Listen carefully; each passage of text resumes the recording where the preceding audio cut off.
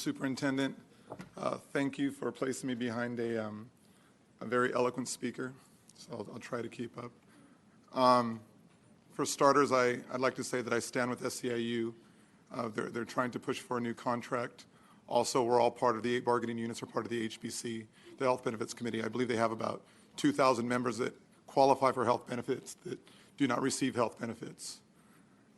Listening to my colleague and labor partners speak, I heard 2 words. One of them was heroes. The other word was the fact that their group feels undervalued. Our police officers were never called heroes. Our police officers do their job. One of our officers got into a foot pursuit last week. An individual was robbing students at gunpoint. He chased the individual, got the gun, arrested the individual, not called a hero. That is fine. Today, in our southeast areas, we had an individual, a parent called in. We had a student streaming threats of violence, and I'll leave it at that because I don't want to sensationalize anything against our schools. Our officers responded to the house. They are not going to be called heroes. We can't even say the word police in our district. 5 years ago, the word police was synonymous with being a hero. Now they say, change your name to public safety. You're lucky to have a job. I would be doing my members a disservice if I didn't talk about the heroic work that they did. I would be doing the students of LA Unified a disservice if I didn't talk about, and I hate doing it, the violence that occurs in our district. And I hate sounding like the bearer of bad news, but nobody talks about this dirty little secret. The number one, the expectation of safety when parents turn their children in to the school is to make sure that they're not accosted, to make sure that they are safe. And we can't even talk about this. So no, I don't talk about our officers being heroes. I called in at the beginning of this year to talk about a shooting that happened at the back end and on one of our schools. The little girl was shot and the boy was killed. I spoke to the principal, and the principal pleaded with me to make sure that his staff is trauma first aid trained so they could deal with gunshot wounds.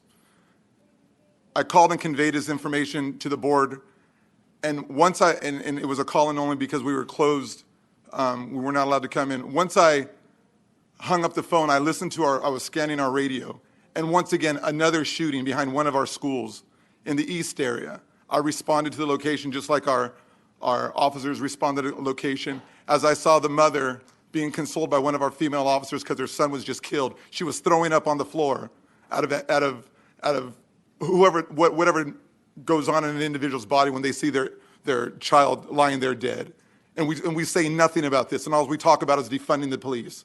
I'm not going to sit here and say that we need to refund the police, but you need to take a hard look. Our guys need help out there. Nobody wants to work for you anymore.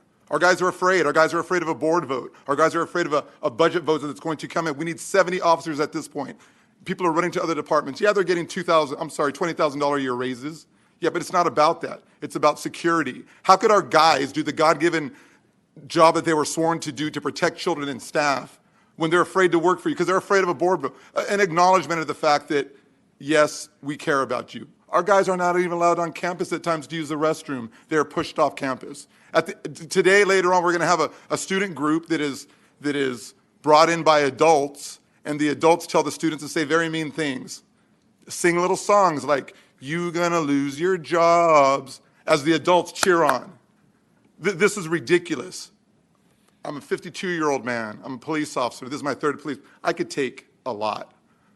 I go to our roll calls. Our members are tired. They're going back and forth from shooting to possible shooting to gun. And they are feeling disrespected, and I'm sorry, the word was demoralized that I was looking for. Grossly demoralized. So I would, as they say, be remiss if I didn't convey that to you.